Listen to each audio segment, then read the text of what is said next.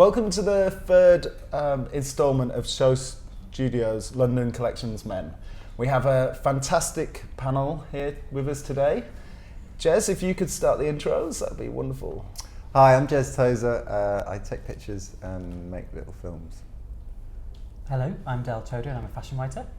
Hi, I'm Rebecca Gonsalves and I'm the assistant fashion editor of The Independent.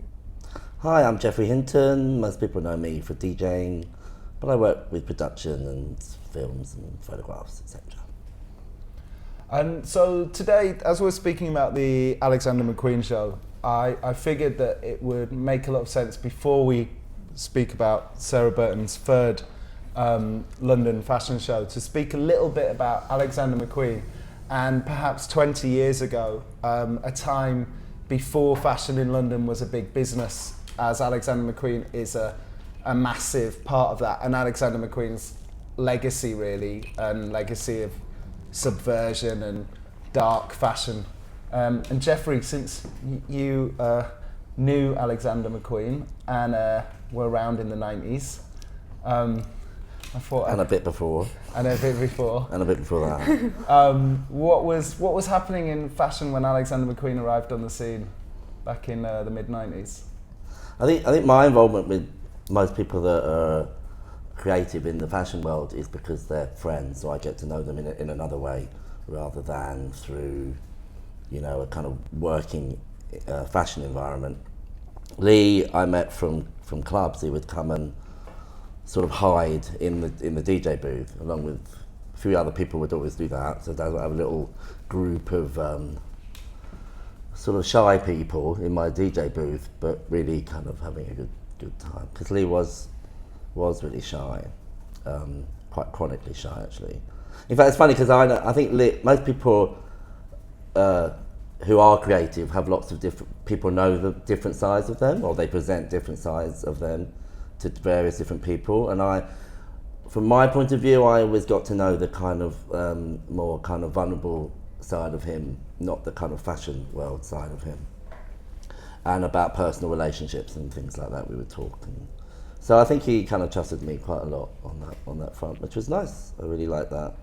And then I just kind of was, you know, a viewer to his kind of stellar kind of career arc, and I was involved with him for sort of some music ideas, and then I worked on him on one specific show, which is a Givenchy show, when he did a couture show, where we were all in a kind of a box, basically. There was a party in a box, and I was DJing in the box, and all the models would come down and walk into the box, and you'd hear the party going on in the box, but you wouldn't see anything. And then after about 5 minutes, the cantilevers of the sides of the walls fell down, and you saw this big party going on in the middle. And that show, actually, funny enough, was very influenced by 80s fashion. So there was a lot of references to kind of Lee Bowery and Trojan and Body Map, for example, who were my first inroads into the kind of fashion world, because I worked with them doing music for their shows. And I guess I always related to Lee shows because they were big productions. They were like kind of not this 9-minute, you know, kind of editorial sort of, you know, flow. So they were kind of quite adventurous, and Body Map shows always were. I mean, they're about 40 minutes long, all extravagance, but mainly most of the shows I was involved with seemed to involve other friends that would either backstage doing the makeup or on the actual catwalk. And it always became quite weird to me that over the 80s and 90s, and now we just have this kind of deadpan, sort of nobody reacts to the music, nobody sort of reacts to anything really. They just walk through it like they're in a kind of catatonic state. And that was always quite strange to me, because my angle was always this quite extravagant sort of party going on. And I think Lee still referenced, you know, the action of the event, as did John Galliano. Okay. And did that explain anything about Lee? I think it explained a lot. What did you guys think? He really hated being under the spotlight, though. That was one thing he really struggled with. He hated the attention. I think it's an interesting point. It was very much the age of, you know, fashion show being a spectacle, and I think that is quite different now. I think there's very few shows that are anything like what Lee or John was doing at that time, where you went to a show and actually it's a complete spectacle. Except obviously some of the big ones in Paris, but I think particularly in London we don't really see that kind of spectacle.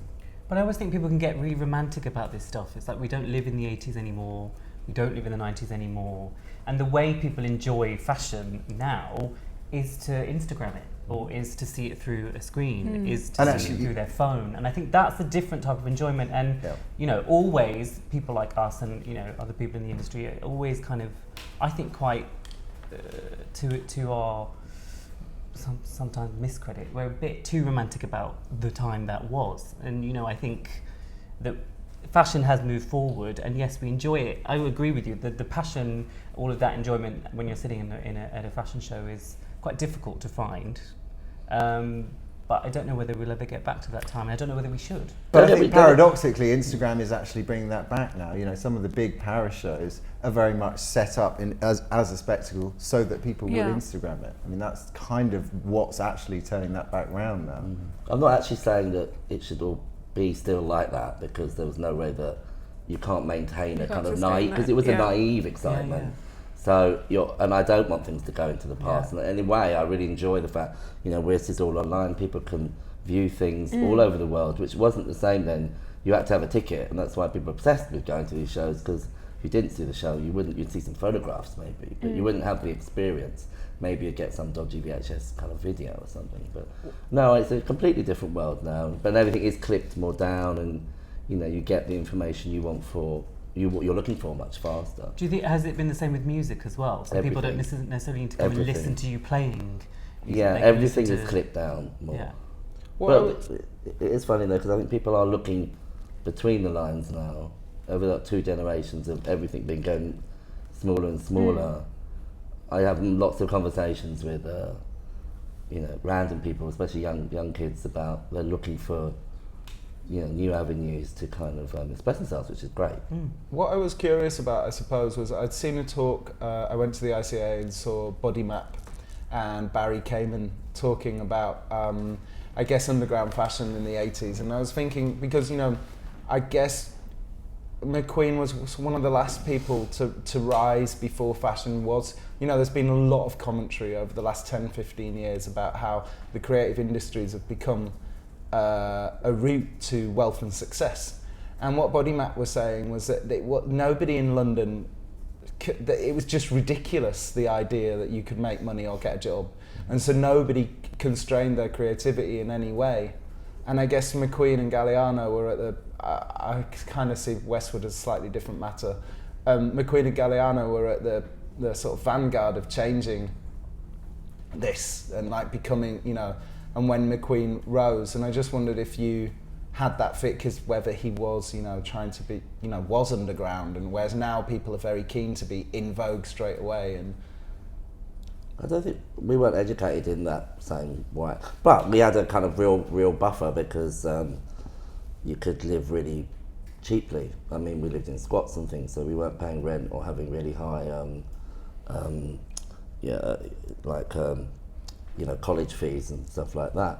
So we could live in our kind of a delusional bubble for quite a long time. But that created a good buzz for us of creativity. But yeah, it wasn't a financial model. I mean, Body Map went bankrupt, and most other companies went bankrupt. And in the 90s, people were more astute to where they're targeting their products. I mean, you have to be. Well, because I think one of the things that we all associate McQueen as a brand with is a certain level of subversion, you know, which obviously we think of as an underground thing, of conscious anti-establishmentarianism, you know, and I think that's quite interesting. And also the kind of gothicness, you know, the dark, the obviously alternative gothicness. Dal, you were talking about the gothicness of McQueen earlier. Yeah, I think, I mean, with the way it's packaged as a brand or as a show, it has that darkness and it kind of plays on that subversion. But I mean, to me, it's always kind of quite classic tailoring, really. It kind of harks back to Savile Row, and, you know, it's about, for me, it's always about a shoulder and a lapel, and it's all of that stuff that I always pick up on. I mean, once you clear the makeup off and you kind of wash the gel out of the boys' hair and you get rid of the shoe, they are just kind of really beautifully tailored pieces, which in a way are kind of incredibly classic and not subversive at all. But I think the way that it's Do you presented... mean now or before? Now. But you were talking about a Tim Burton-ness, which I find... Yeah. In the way that, in that darkness, but in that character, in that sort of boy that wears it. Well, because I've always found that Tim Burton-ness really interesting. One of, maybe this is a bit political, but I wasn't shocked in the least when there was a picture of Tim Burton going for a country walk with David Cameron, as I've always found that there's something about that gothic opiate type darkness that is very conservative. And I find it quite funny because people talk about McQueen as very subversive, yet he's very, he couldn't be more luxe, like you're saying. He couldn't be more, and he was a subversive character, he was. And his darkness comes from a very different kind of place than Tim Burton, I think. But I don't know whether any of Lee is represented in... I'm really excited to know what you guys think. I think it's a very different kind of darkness. How? Probably personally. Yeah, because as I say, most creative people have there's a personal turmoil going on that they're drawing on, and you can always, I can always sense something about that, or I'm probably drawn to those sort of people anyway because I like their kind of freestyle way of thinking. Lee did try, and he was coming from a subversive-y type of place. He struggled with loads of issues in his life. So. But why is it such a good way of selling? Why is turmoil such a good way of selling? I don't think it's a good way of selling, but it's a good way of creating. You look for anything in history, because it's a very accessible, relatable way to get away from the mundane. Cool.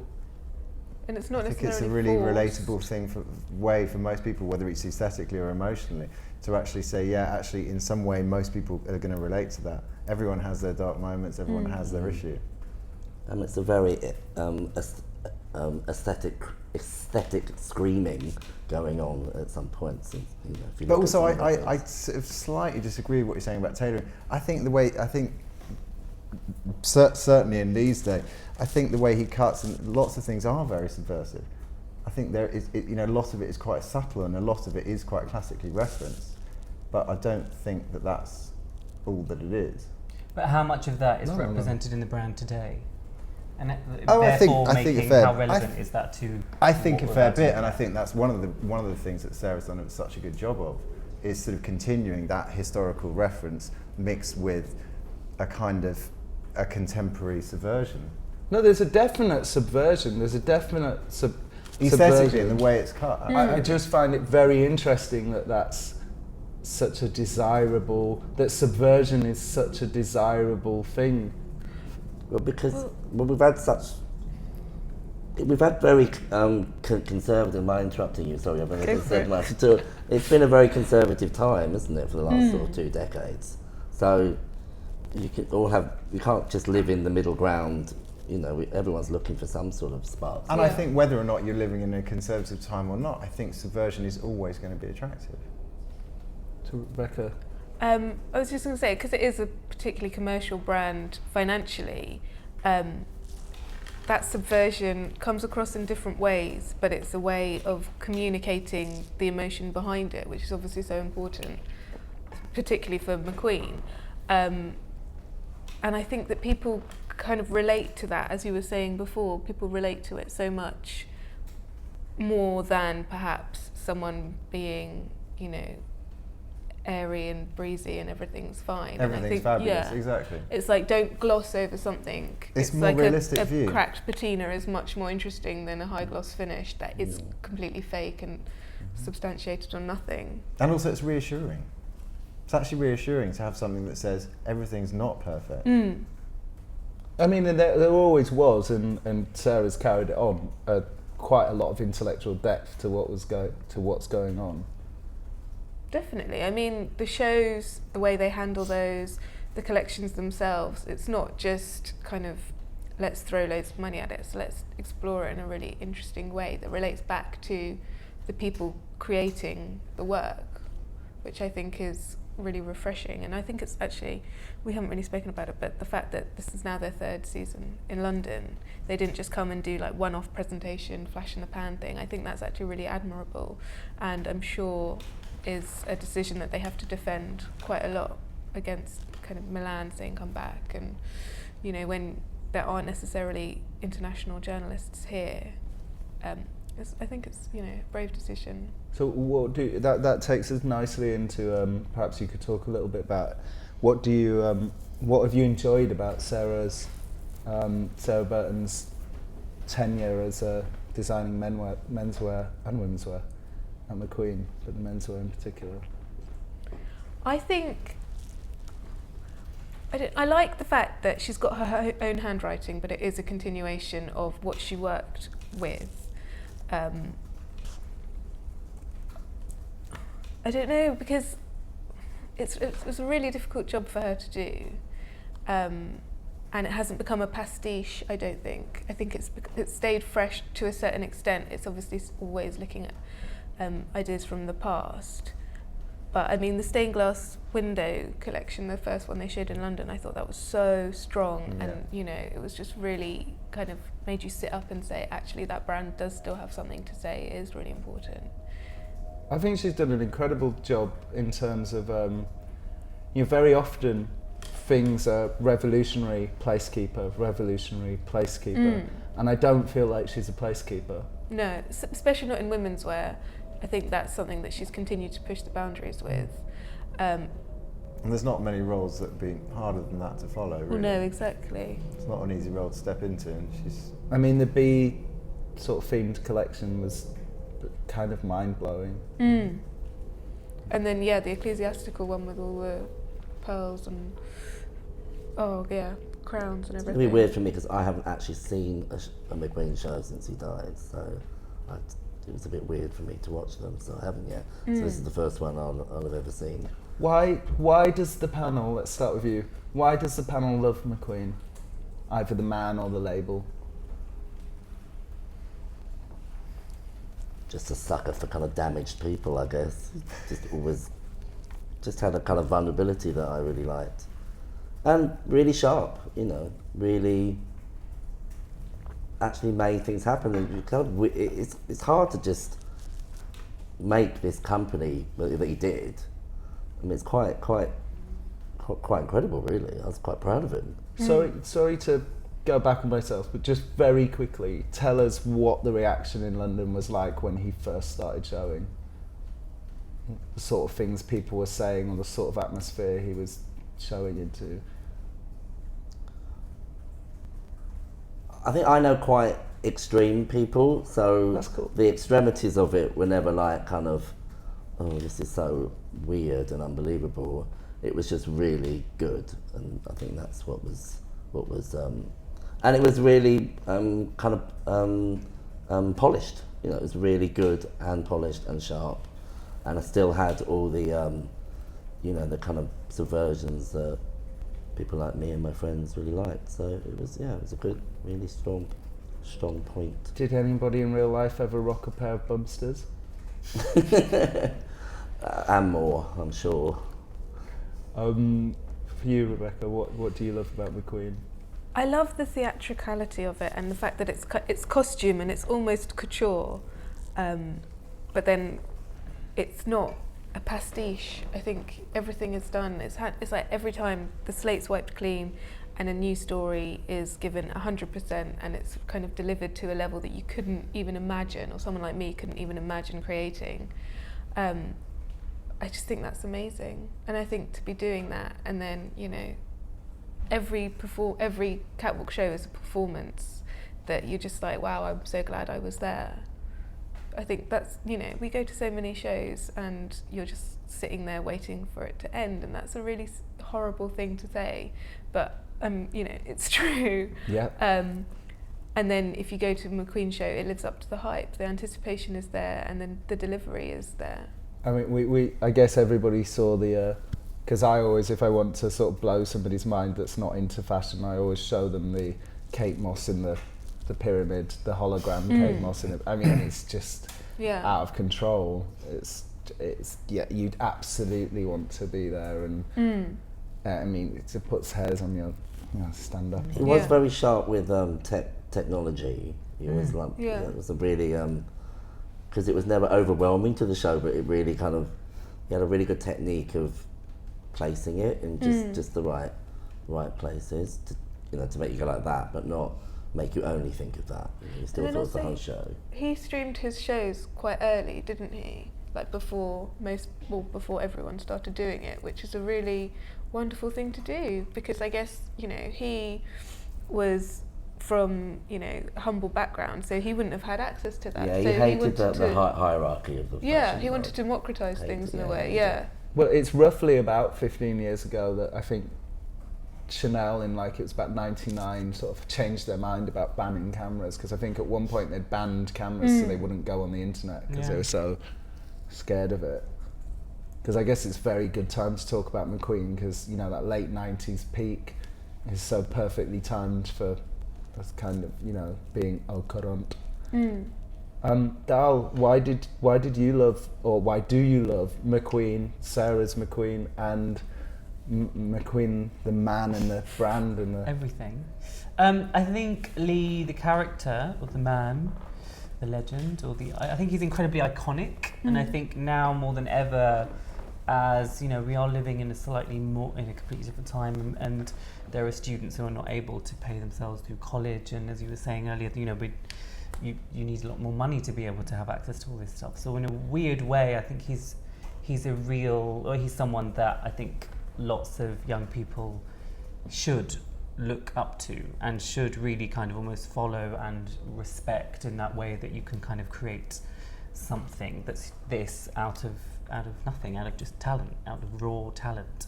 And I think right now, with current graduates, when you see them and they're chucked down a runway as soon as they graduate, and it's quite dangerous. And I think there are lots of people operating right now that expect to have a label the size and stature of Alexander McQueen, the brand, without wanting to do any of the hard work. And I think that's what's really nice, is that it's one of those brands that I think young people should be, young aspiring designers should look to and really kind of respect for how tough it was. Well, I get the feeling, Jeffrey, you might be able to tell us if this is true, I get the feeling he wasn't conscious about the hierarchy. He didn't seem to, all the people he ran with at the time seemed to be, the sort of dazed crew, and it didn't seem like he was terrified about offending people or appearances. No, but he also buffered himself quite heavily from having to deal with, too much of the kind of fashion world.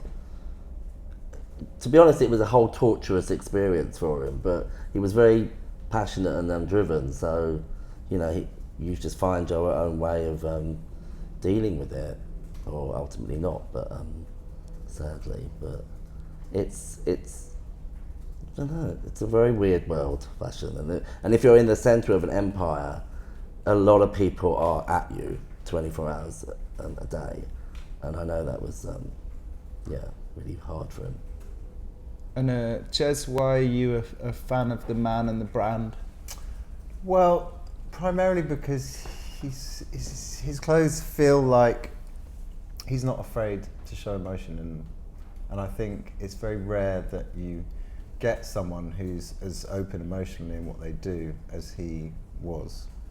I think it's partly why, I'm talking about him being vulnerable and quite in pain about something. I mean, he loved things as well. He wasn't kind of completely tortured, but I always get from his shows that point that's coming across, the kind of struggle. I don't know to what, but you can make your own interpretations for what you see. I guess what everybody said about, the dark side, it's there's an ability in the struggle, isn't it? It's beautiful. And I think, that lots of people, I think, particularly creative people, have to confront that in some way. But I think a lot of people either internalise it or don't actually want to kind of put it out there. And I think it's very brave to actually put it out there in the way that he did. And for Dal and Jez, can you just say tell me your thoughts on Sarah's last couple of shows?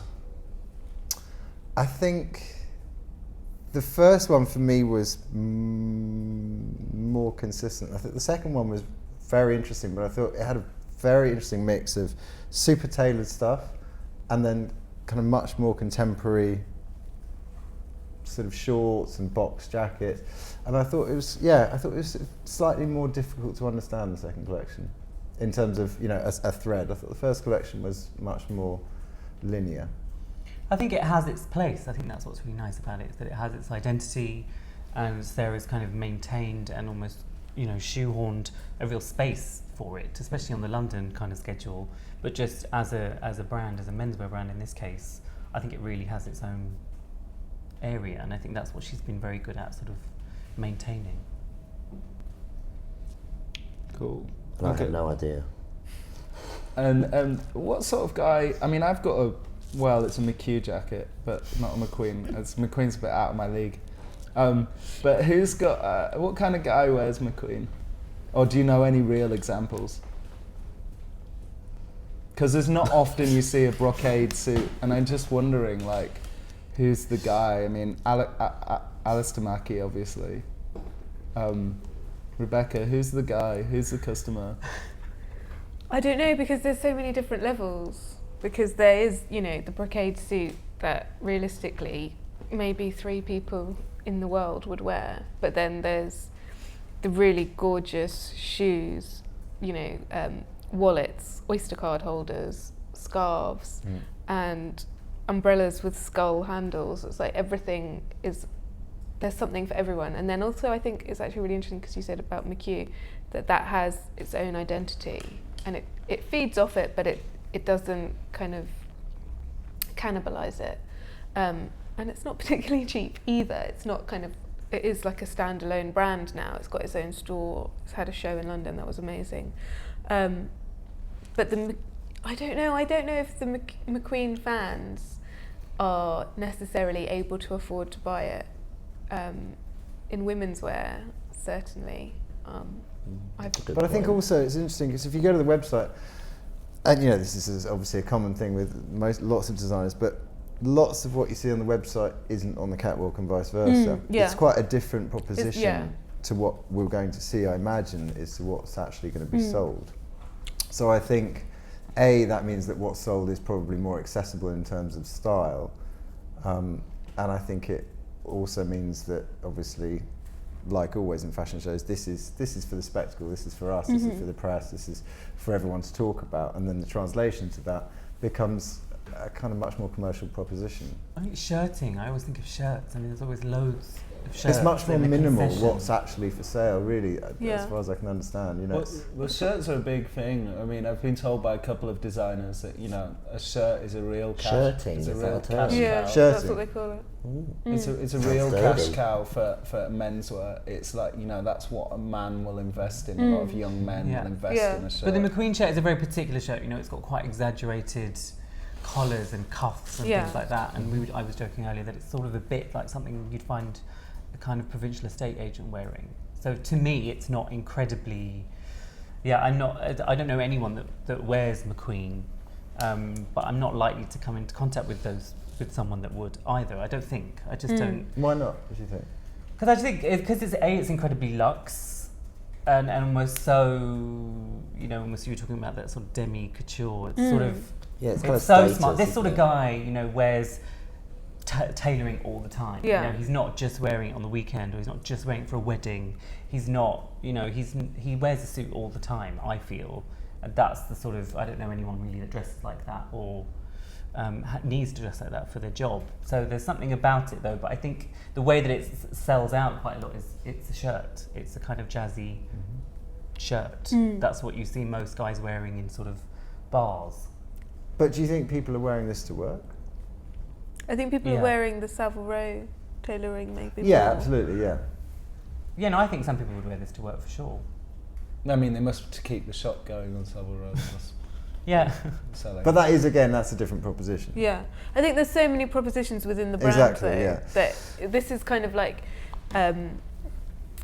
it's kind of just a big marketing exercise in the way that the couture level of the women's wear is, because, you know, that informs the commercial collection, but you can't buy the showpieces particularly.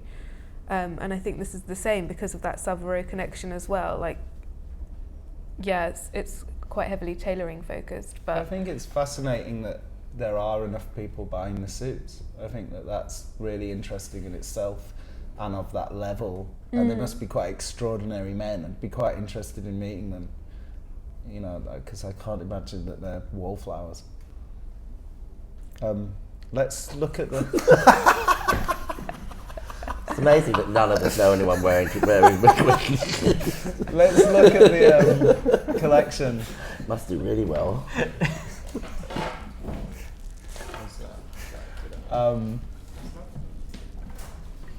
but they're relaunching fragrances now, aren't they?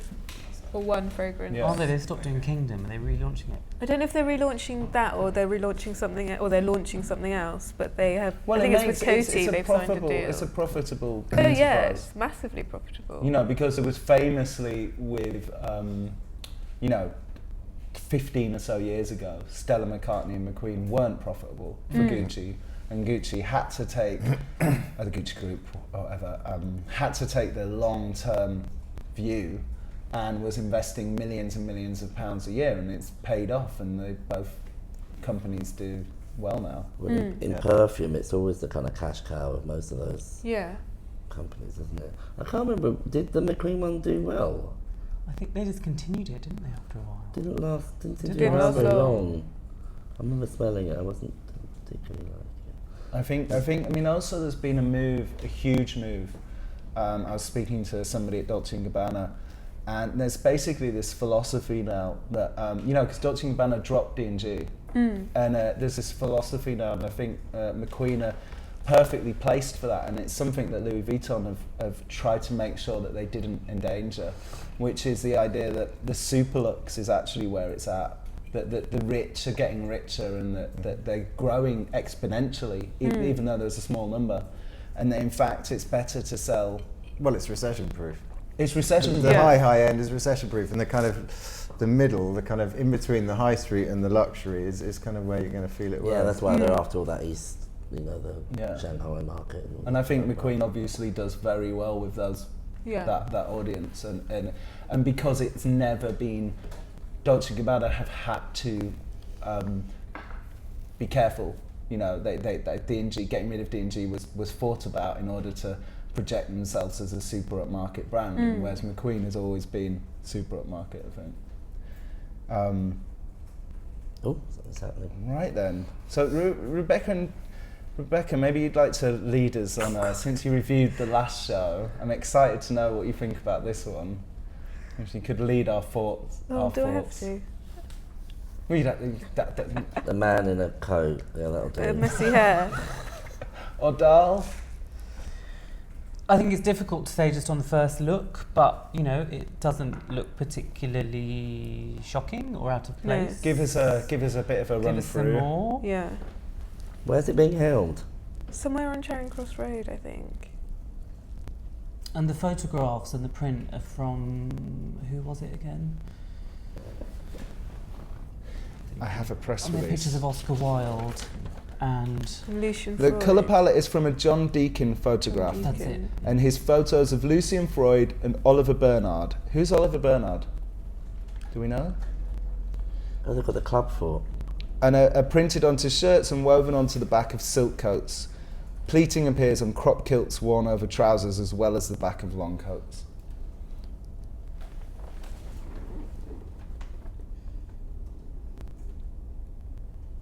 And they've got feathers in their hair. And platform boots. feather crowns, yeah. Do we not see the actual video? No, this is how we interpret. Okay. This is how we do it. This is You want to see it move. Well, I want to see the It vibe. makes a big Yeah. difference. Yeah. Because then I can, you know. Did they live stream it? Fabrics are gold lame, wool gabardine, silk jacquards, wool flannels, wool mohair, silk tartan, wool tartan, and sheepskin. You guys were saying something interesting about tartan earlier, pre the stream.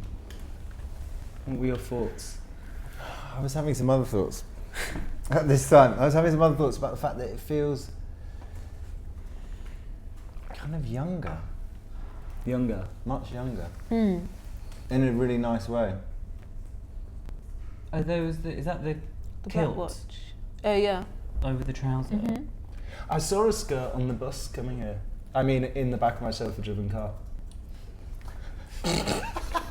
Who But was I there? saw.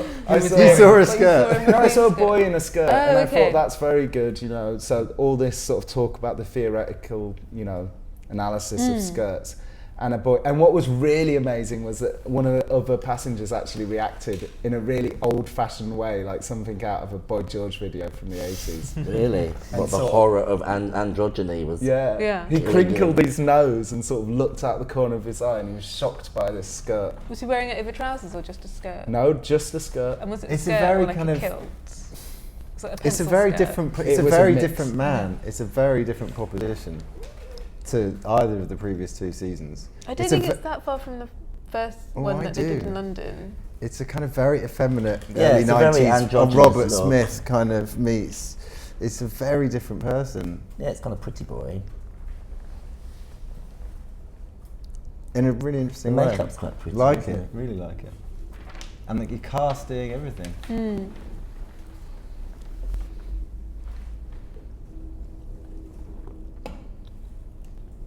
Oh, I like that.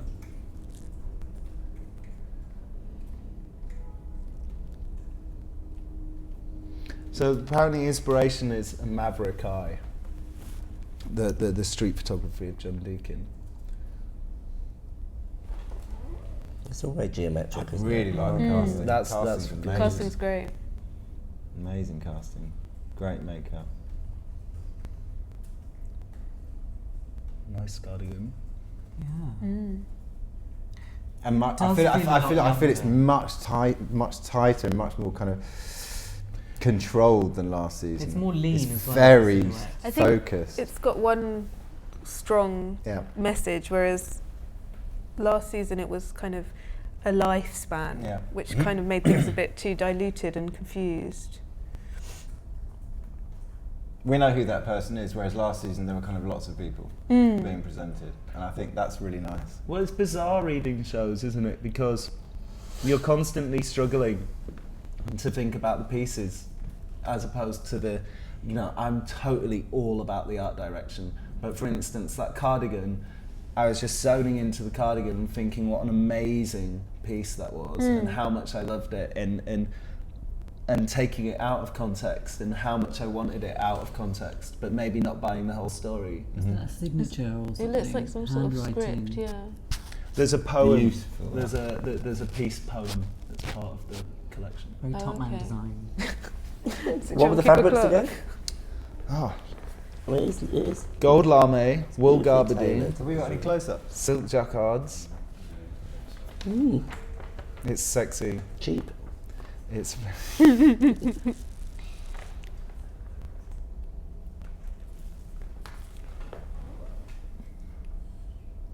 It feels a lot cooler.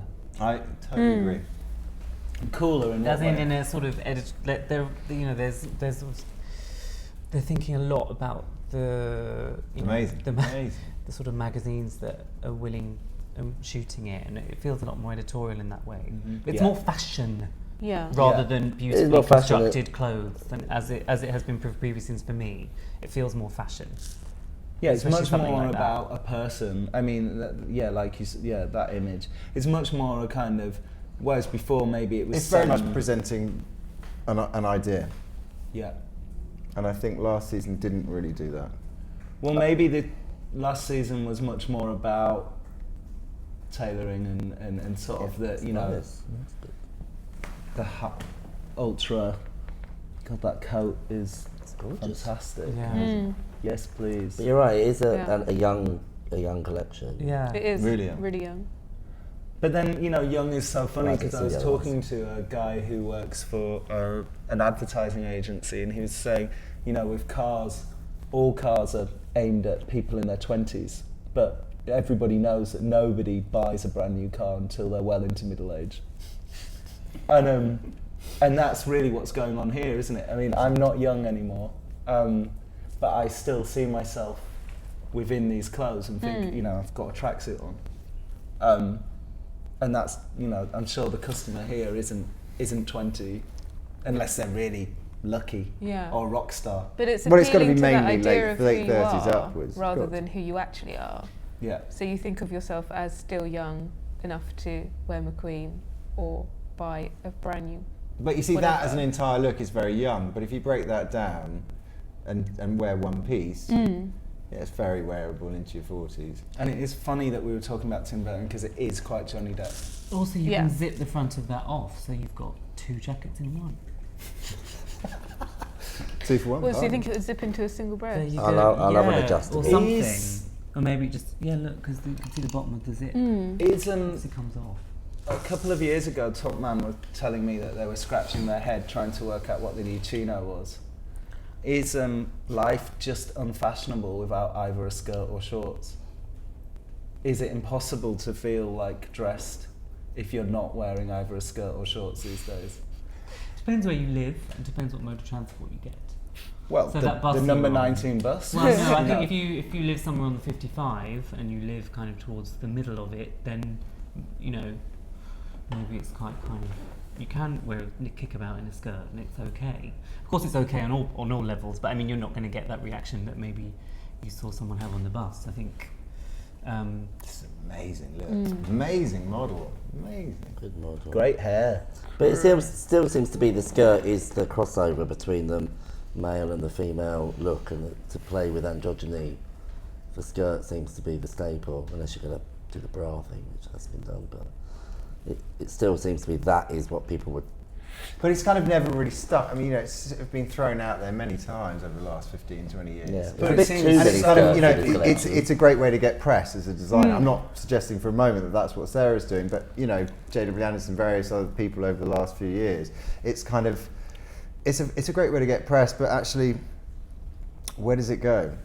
Well, what I'm sort of proposing is that almost that. Do we need that to say androgyny? Do we need to wear a skirt? Not even. No, I'm not saying she is saying androgyny, but it seems to me that's still what people pick up. I mean, the press would probably say that. Maybe, I don't know. This doesn't look androgynous to me. No. The clothes aren't androgynous. I mean, you know, you could argue that the grooming and the makeup is. Yeah, but our culture, the masculine culture has moved over to that feminisation anyway. Yeah. But I think you don't. I mean, straight male look is, a you know, the skirt is David kind of Beckham neither end here of nor the there. straight male It's look like is more like this now. So straight men do look to that far more than they did in the past, which is great. I mean, that's good. So you're right, yeah. Shouldn't be an androgynous look, but then But maybe it the press is. But yeah. Yeah. will say. Yeah. Excuse my crass ignorance, but who is the chap with Sarah? I don't know. Can we guess see he that? Can we must go be to the really. end again, please? He must be the head designer, but I don't know who he is. Because he hasn't. I haven't seen him written about or talked There about. is it. there He's is a obvious- head designer, isn't See. there? He's obviously. One along. That one. He's obviously. You know. See menswear. He's a bit. Yeah. I mean, he must be the head of menswear, but I haven't seen him co-build before. Avoiding the spotlight as well. But then Sarah avoids it as well. Yeah, I think it's. I thought it was a fantastic collection. Yeah, it's great. Amazing. Really strong. Is it shorter than normal? Or is it always 29? Normally. Feels a lot kind of more Slightly longer. concise. Or maybe that's because the messages are slightly, it's just one sort of message, which is nice. That's what makes it feel But a also, lot I more wonder also modern. whether, you know, the opening of the shop in Savile Row means that actually they can step further away with this. What do you mean? Well, I mean, they can step slightly further away from sort of slightly more traditional tailoring and more traditional fabrics and this, and because I sort of slightly feel that Sarah's kind of felt freer with this one than perhaps she did. Well, also the production of the show is really stripped down. I mean, I haven't seen it video-wise, but the visual sense of it is really. Like, it kind of Stark. has been, yeah. I mean, well, the last one was fairly it? as well. Well, there's always sort of two elements to McQueen, isn't there? There's always a more modern element. I was weirdly writing a piece about his Puma collab, and it was really interesting, you know, the level of thought he'd put into the sort of animatronic idea and stuff. And there's this more modern element, and then there's the almost pre-Second World War Victoria, right back to Victoriana element. And this has definitely post Second World War, and definitely, and that huge amount of desirable coats and jackets, and that the more rock god idea rather than the slightly, I mean, this is a terrible disservice, but there's a slight steampunk element sometimes to what? Steampunk. Steampunk. I think I'm probably being steampunk, like things people saying this guy needs to stop. But yeah, I mean, look at this coat, it's fantastic. I just really want to hear you explain what steampunk was. I know, I am tempted. Come on, with the Barry. full Go on. description. It's time. Steampunk's We've like had a bit. shirting. Well, Cyberdog. Yeah. Well, it's cyberpunk, but it reimagined through Victorian days. In fact, so you imagine a cyberpunk existence. Well, through- cyberpunk to me just means goth with electronics. Yeah, well, you remember, who's that guy that did the famous Heath Robinson? So it's like a Heath Robinson cyberpunk. So you invent things in the Victorian age. So you Right. invent computers and planes, but only in Victorian. And why is it punk? Because I guess there would be the punks. Because they've got the social It's the construct sensibility of of now. They've got everything of now. They just do it Victorian. It's odd. But I know totally what you're saying. That Tim Burton-esque thing is not here. No, this So is whoever the that other man side. is that came out at the end has obviously kind of pushed it in a slightly different direction, a more contemporary direction. This is well. It's always been. I mean, he's always been a force, a contemporary force, as well as a sort of slightly gothic force. I'd really like to know what the music was, because to me, obviously, in the press release, there's an obvious reference to the photographs that they use and everything else. But for me, the collection is very musically led. I'd love to know what the music was. Does anyone know? No. What was the colour palette in the last one? It was kind Creams of and creams and whites and blacks, whites and then loads of kind of pinks, shades of Very pink different, in like like they were butterflies practically- with like flashes of aqua, and Yeah. Okay. Was it? Yeah. The there yeah. was some colourful highlights, but it was Yeah, quite because this one's quite strict on the palette. yeah. Is that a pink, It's like a great, really that. pale pink? It's That amazing. tartan. I mean, it is a sort of rock star Or is that my collection. eyes? I feel. Yeah, it might be. It's kind of like what Saint Laurent menswear would be if it was better. You know what? I was going to ask. I was so going It's a to good ask comment, I about the like that. relationship to.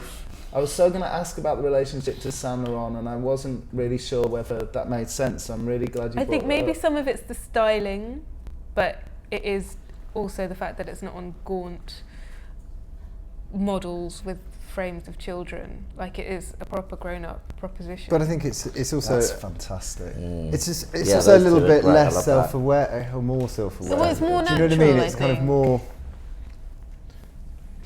It knows who it is a bit more, and it's Yeah. very happy with that. It's a bit more confident in a kind of. The geometrical thing is very fresh. yeah.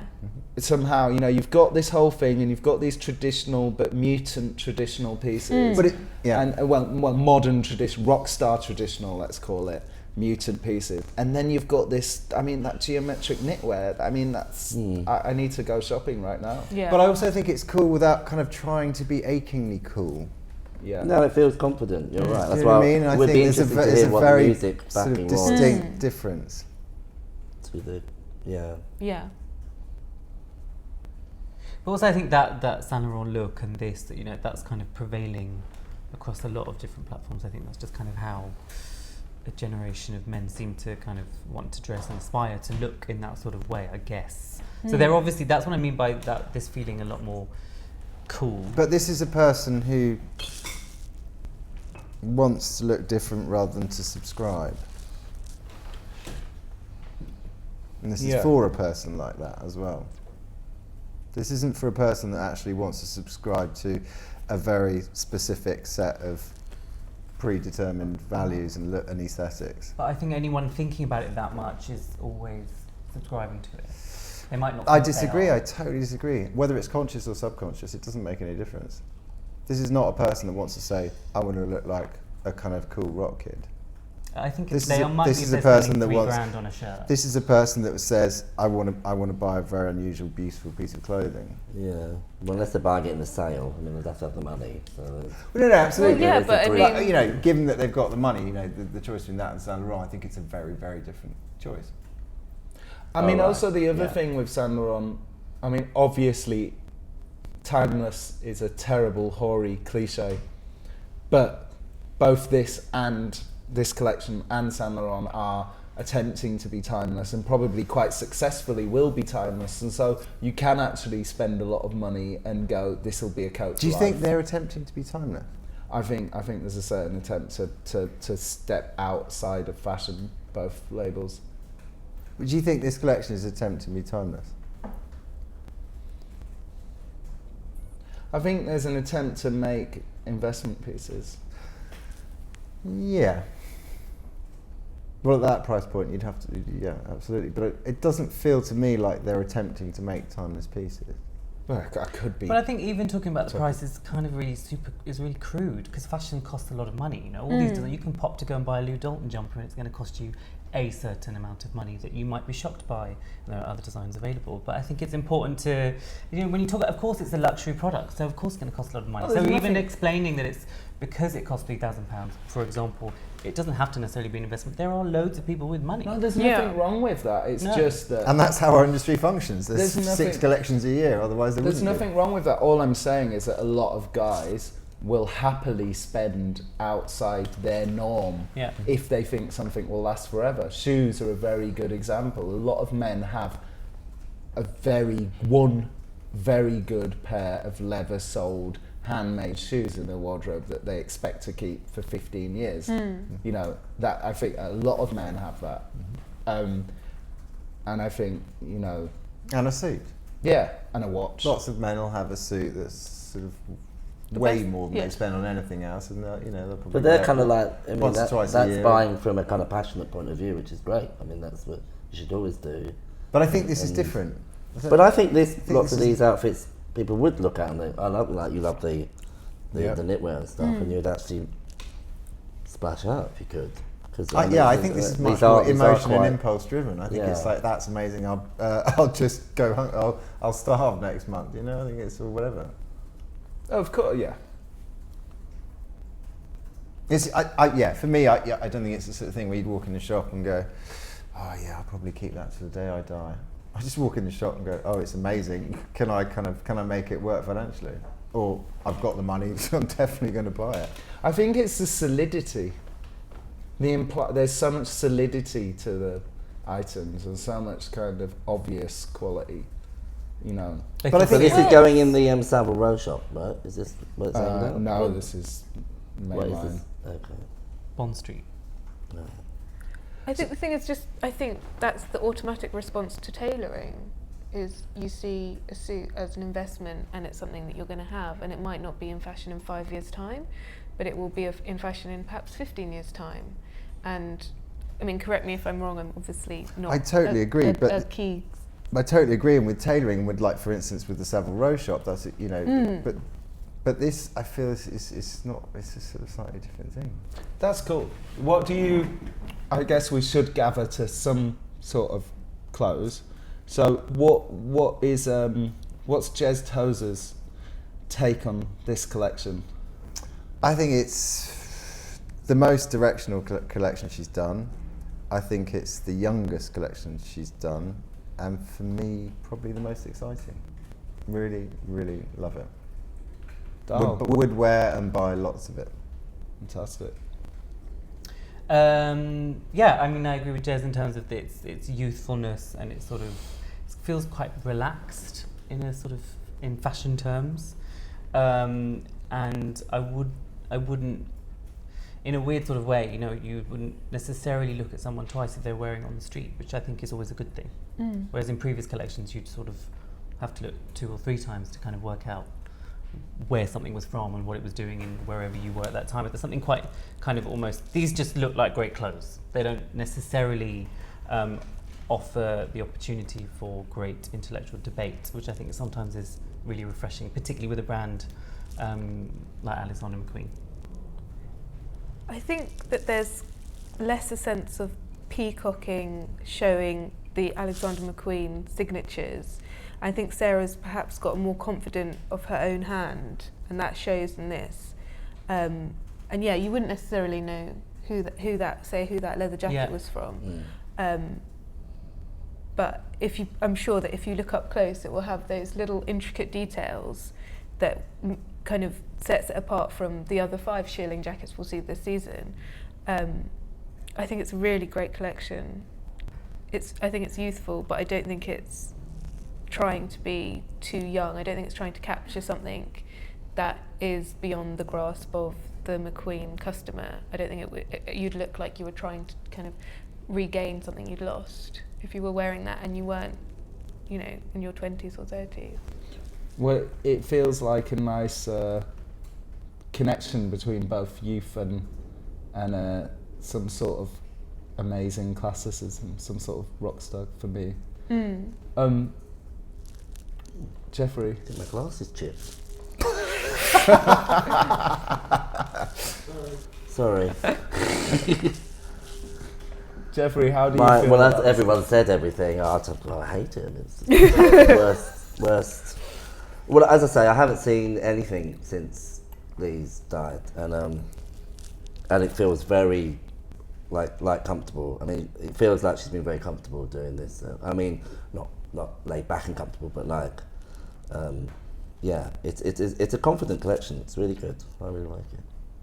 Even though I hate the word "like," but I think it will appeal to lots of people. I believe we have some audience questions. Oh, great. Wow. Thank you very much. So these have been brought from the interweb all over the world. Gosh. So from and whoever would like to jump in can jump in, and then whoever wants to second can second. I feel a little bit like I'm on Saturday Superstore. Yeah, is there some sort of buzzer? Yeah, can't we have one of those phones and someone Buzzers. someone swears at us Buzzers. or something online? Genuine need. Is it on delay? What do we win? A date with Duran Duran.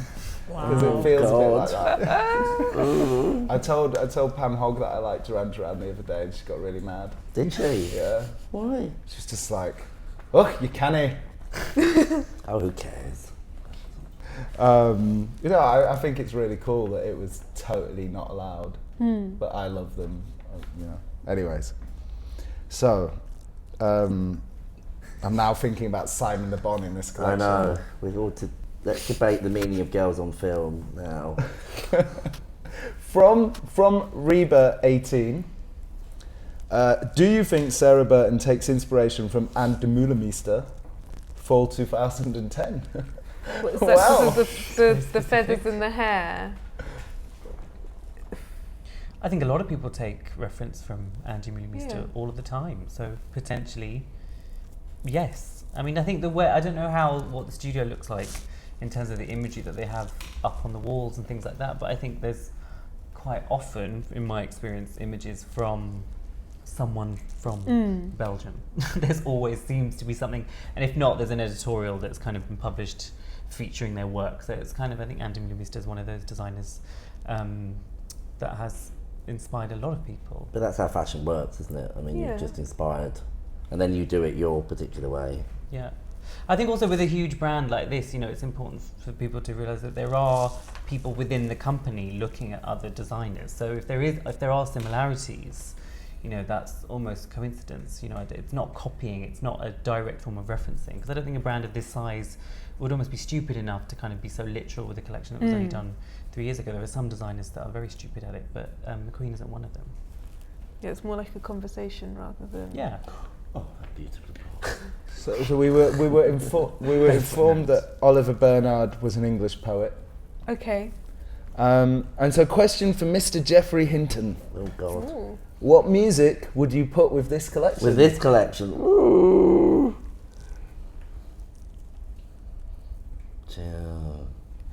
But I think I'll find that impossible to answer. I'll just sing out any song. But if you work with someone doing a show, you have to get somehow within them what they're feeling, where they're going, and as I say, I haven't spoken to her or have any idea of the lead up to this show, really, or even the setting. I don't know, because I was thinking about that when I was looking at it, but it's because it's such a stark place. I'd probably move away from the starkness, but I don't know. Sorry, No, that's can't all think right. of one. So you wouldn't necessarily go with the mood of the collection. You'd actually. Just put a banger on. Duran Well, Duran. Girls on film, you know, they're all very That works. androgynous. It's a Every bit show, further. Girls on Every Film show, works. girls on film. Oh, come on! It's much more Planet Earth. Yeah, though it's true. Maybe, yeah. And Depeche Mode, a little bit industrial, but no, something. I would actually have used something very unknown. Okay. That's probably what I'd have done or wanted to do. So, general question: would any of the panel commit to becoming a McQueen wearer? I would if this person's paying. Well, if they've given me something. Yeah. Yes, please. I bought a pair of shoes in the Net-a-Porter sale and they are beautiful, but I don't know if I'll ever wear them because they're velvet and they're covered in jewels. Wow. So I'm not the sort of person who kind of can wear those and go somewhere and not get them ruined. But that's the sort of thing, it's like McQueen would be like, just trash them. It's not about kind of holding it as something, as a relic. But yeah, they're my special shoes for looking at the moment. Oh. Doll? I once had a pair of McQueen jeans that no one knew were McQueen, which was probably the reason why I wore them. But I think up until this point I would have said no, but actually there's a couple of pieces in this collection that I would happily buy, but I don't know whether anyone would recognise them as McQueen pieces, which is again the reason why I would buy them, if that makes sense. Which is probably the point nowadays in a lot of respects. Mr. Tozer, would you wear? I would probably wear a good part of that collection. You know, probably 30%. Yeah, Very, The trouble is very happily. I'm quite short, so anything with that sort of length looks like a kind of sort of dwarf running around in a maxi coat. But I'm sure I would squeeze myself into something if it was given. Steampunk dwarf. Is Hongi still head of press at McQueen? I think so. Okay, so we'd all like some McQueen. So, Especially the knitwear, we love that. yeah. Shearling like- Wouldn't That leather bomber. Go big. Yeah. Well, again, I would look like a, Amazing. weird Shit, little what dwarf. about the sheer sort of leather? Yeah, Full yeah, length yeah, shearling. lining? yeah. Yes, please. I'd have to sort of take up smoking on street corners in the dark, though. Actually, in terms of a show collection and then looking at what's going to go into the store, what do we think is going to be edited out? Because there isn't that much that looks like it wouldn't work in a retail sense. Most of it, you could imagine someone buying it. Do you Even think they'll as- make all the skirts, kilts, whatever you want to call them? Yeah. Well, a selection of. yeah, I don't know whether they're attached. Are they attached Well, it to the depends how many trouser, or people they buy worn them, over the really. top? You know, it's just, isn't it? Is there something Yeah. degree? So what is the gold? It's woven in, right? Not the. It It's looks Lame. like leather. gold lame, but What? I think there's painted gold as well. Right. Is I that, are think these coats and jackets, are they wool? we have wool gabardine, wool flannels, Yeah. and obviously there's sheepskin. So is that bomber shearling as well? I think so. It's just black. The black. Yeah. instead That, of- yeah. Well, Yeah, no, look, 'cause there's a, oh, there you go, yeah. Because of the cuffs, you can see. That is a winner. Yeah. Yeah. Actually, musically, it looks a bit kind of cabaret voltaire or something. Yeah. But I don't think I'd There's a use that. definite industrial edge. Bit of nin. With a blank look. So we've got one last question. Would more theatrical production add to or take away from this collection? I think you might. Question. It's an amazing question. I think it. Well, I don't see what they did, so it's really hard to compare that. But I That's actually true. like it already stripped down. Yeah. It was in a cathedral, I think. In Wow. a cathedral. Just so you know, 'cause it's killing me that you don't know that. It's in a really beautiful cathedral, and they're walking on top of the first floor, I think. Wow, wow. where's this Oh cathedral? look, yeah, you so can we're see seeing- you we're can see seeing the these Bob kind end of of like it. arched in the background. Then- So Is there any tweets about the music? Do you know what the music was? Can we find out what Come the on, music was? Tweetland.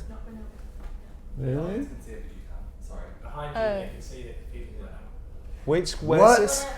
Can we see it? oh Oh, look. It might just be a church, Oh.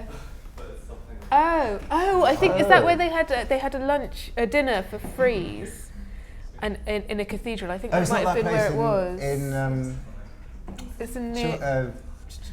Short Farm. No, But you said it was on Charing I'm Cross sure it Road. was on Charing Cross Road. oh, Wow. Wow. I was a bit surprised that So there was yeah, a panel I there. bet there'll be loads of That's- dry ice, some haunting music. What do you mean you don't know what it is? It's amazing. Can't you see it, Jeffrey? yeah, very green. I think though what this highlights is that, do you answer that question, and also, you know, is that in We don't terms see of any of this, by the way. in terms of production and in terms of that argument for watching shows online and looking at them as images very, very quickly, is that you do miss out on all of those things. You Yeah. know, not only are we not able to listen to the music and we're not even able to sort of smell the room. You know, we're not even able to sort of engage with what we're looking at in a sort of Music and emotional pace way. is so Yeah, the important pace to of the the models emotion of is it. so Pace of important. music. See, Charlie Porter wrote a very interesting, if slightly inconclusive piece about how now that we're no longer the gatekeepers of knowledge, because we're no longer the only people that get to see the collection, that actually the press are really old-fashioned. And so, I love the art direction of fashion, I love the mood of fashion and all that kind of stuff. But his kind of argument was that, the Yves Saint Laurent collection collection made a huge amount of sense as pieces. So does, now that people are, chopping things out and, it's all on the blogs and it's all on Instagram and the show is such a tiny amount of people's reaction to something, does it really matter anymore, or is it just totally about the pieces? Does it matter that we do? Well, yes and no. A lot of show coverage is actually sort of 6-second videos, whether it's Vine or Instagram. So actually more and more people want to see a video clip from a show, not just a still image. And so yes, music and pace is incredibly important. Yeah, but I mean, shows only last about 8-9 minutes, don't they? I mean, in general.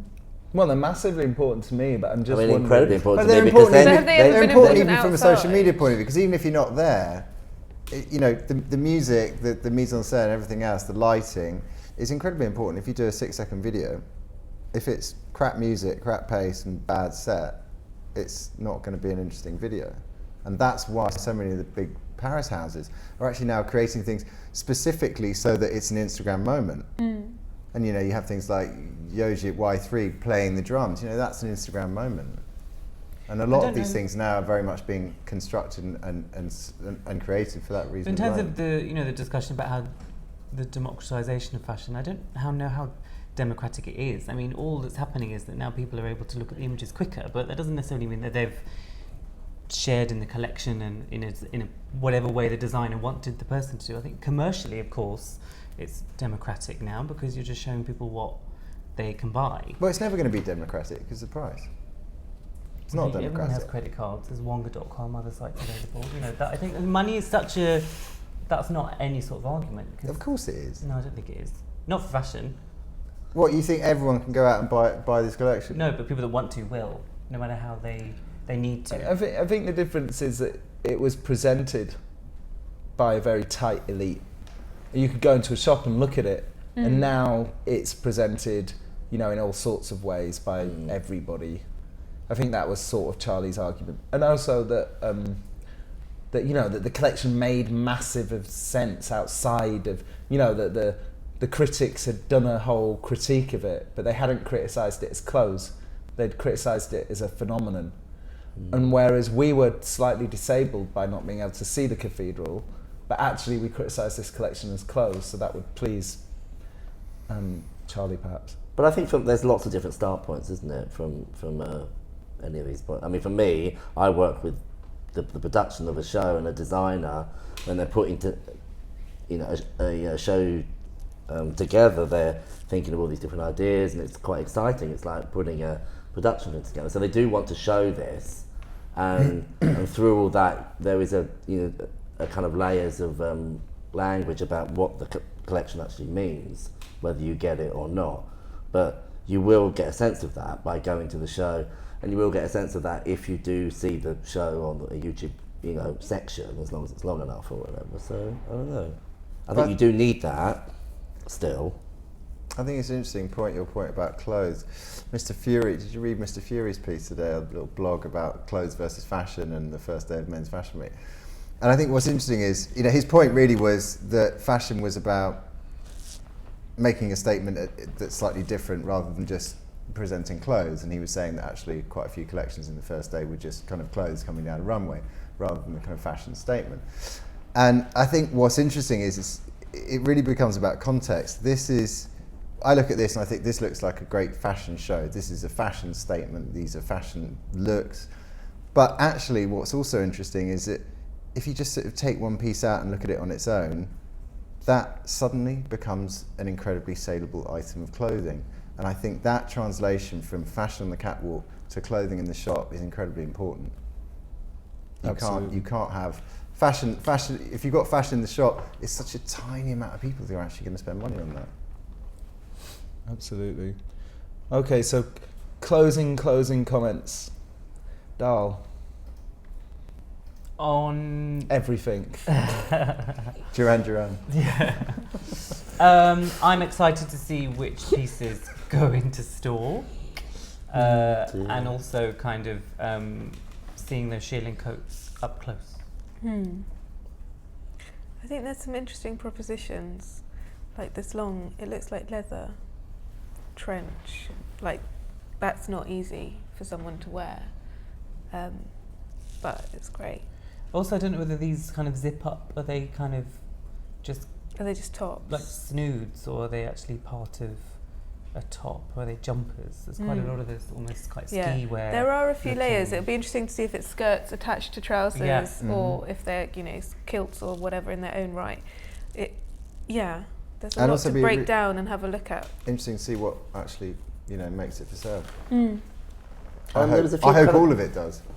Do you know what I mean? I don't really see why most of it can't. Yeah.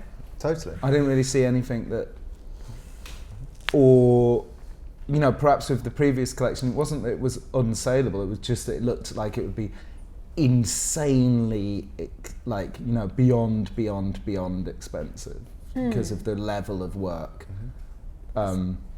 Whereas this, the expensive looking pieces are the coats, which people are a bit more ready to spend a lot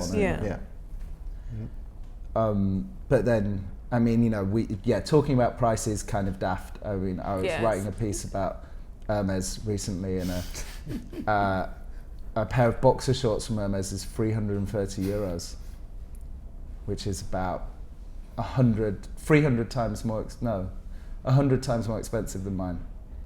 Yeah. I'm glad you shared that with 30, actually 30. They were 12, these ones. Yeah. I got them from Kos. So, what would you like to say about the collection? Your boxer shorts? My boxer shorts, I think they're Muji actually, so they're probably even cheaper. Probably the sale. I could probably top that. Yeah. Where are yours from? Today I think we're rocking Asda because they're the only ones that actually make boxer shorts that aren't completely hugging the leg, constricting. Oh. See, I've got 1980s style woven cotton white. It's good. Nice. I was flashing them at Nazir's studio as I was trying the clothes on. So anyway. That was a nice segue, wasn't it? That was a nice little break. And my mum bought me mine for Christmas. So emotional. Very emotional. I asked my mum for pants and she That's what I wanted, pants and socks. She said no. Any underwear in this collection? Do they do an underwear line? Yeah, I feel like I have seen a Alexander McQueen waistband. Used to. There was some really odd kind of, not odd, but the kind of club kid foot thing. Did you see that? Platform one. Yeah, the kind of orthopedic shoe sort of look. Seemed to pop up here and there. Is that going to be just a styling thing, or is that going to be commercially viable. Do we know what the shoe? Because we can't really see the shoes. Do we know what they? I must say, I'm not used to seeing No details on a shoes. sort of slideshow, so I Are don't. they boots? Yeah, It's they hard look to like me to boots. comment on the show. I Some, think well, so. most Oh, of that them looks look like like boots. Right, close. They look Okay, great. final comments on shoes, and then we should wrap. Well, I can't really see them. I mean, Oh, I'm okay. not sure about the platforms. You know, Oh, there they are. Look, Yeah. the orthopedic shoe. One built-up shoe, yeah. Yeah, quite like it's that. not really look. for me. Oh, fantastic! So that's a conscious goth industrial type reference, isn't it? Oh dear. Which is interesting. Sorry, I touched A something. conscious goth. Oh, look at me treating A it like an iPad. platform Shit, what am I leather doing? boot is a conscious goth stroke industrial reference for sure. Yeah. Oh, I don't know. But what do the other boots look like? Have we got any shots of them? Like the kind of They're like hobnail boots, not probably. high boots. No, I think they just look like regular like boots. Where's all the close-up guys? They'll probably, How do you those zoom are in? the normal boots, the sort of things that they'll probably sell masses of. Do you know what I mean? Yeah, Really nice, just sort of staple black boots. yeah. Oh, I imagine they. Everyone wants those. Nice staple black boot. Well, it's a good leather. It's the sort of brand that you want to buy leather Those pieces. are- Totally. They've And that got a you will zip on keep them for as well. 10 years or whatever. We've got a zip down the front. Someone found that one in Look Hates. Right. Any final It's a shoe comments? rather than a boot. Darl, I know you're Maybe we gagging. should move on to casting. bras. Amazing casting. Amazing casting. Darl, I know you're gagging to end the comments. Am I? Yeah. What would you like What did to you say? think of it? Oh, pass the buck. Oh, nice. And Steve's I got very thought long it was eyelashes. He can fantastic. like There flutter was- them and like plus. There was loads I wanted, Yeah? and I was there's loads I would love to wear. But that guy that you saw wearing a skirt on the bus, would you think he would wear this? He would love to wear He'd be this. snapping it up. That's the other customer, isn't it? The absolute fashion fan. The fashion, Yeah. yeah, Yeah. totally. Ah, It will the save. boot. Well wow. done. Is that snakeskin? Yeah. Oh, it's it kind of got looks like snakeskin snakeskin. platform. Oh. Wow. Does anyone know who made the shoes? Still looks like an orthopedic shoe though, but it's quite nice. No. Do we know who made the shoes with them? It's like a brogue on a orthopedic snakeskin. Have we got any more of the shoes? Any of the boots? Do you want a free pair like that?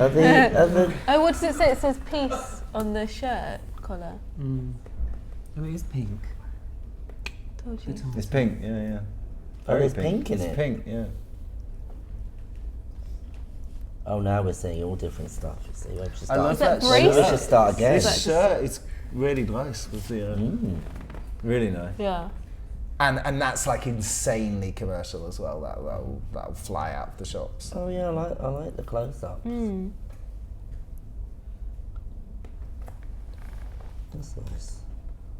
There's buttons. And there's obviously so much detail on the back that we've the just buttons are completely good. missed. Wow. Well, wasn't that the sort of famous com statement of a couple of shows back? Everything that you miss on the internet.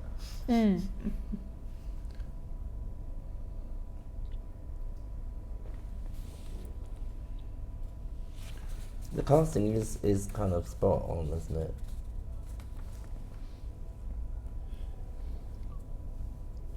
Right, while we're in rapturous, We're in rapture Yeah. position of silence. let's thank you very much, panel, for your wonderful views and listening. Yeah, and thank you, Jeffrey, for your insight Yeah, on the thank you. legend. I didn't go into details, but And how exciting that we all loved that show. Yeah. yeah, it was good. I didn't. What a actually- relief. I didn't. I kind of was a bit nervous about not liking it, so it's good. Well done, Sarah. Well done, Sarah.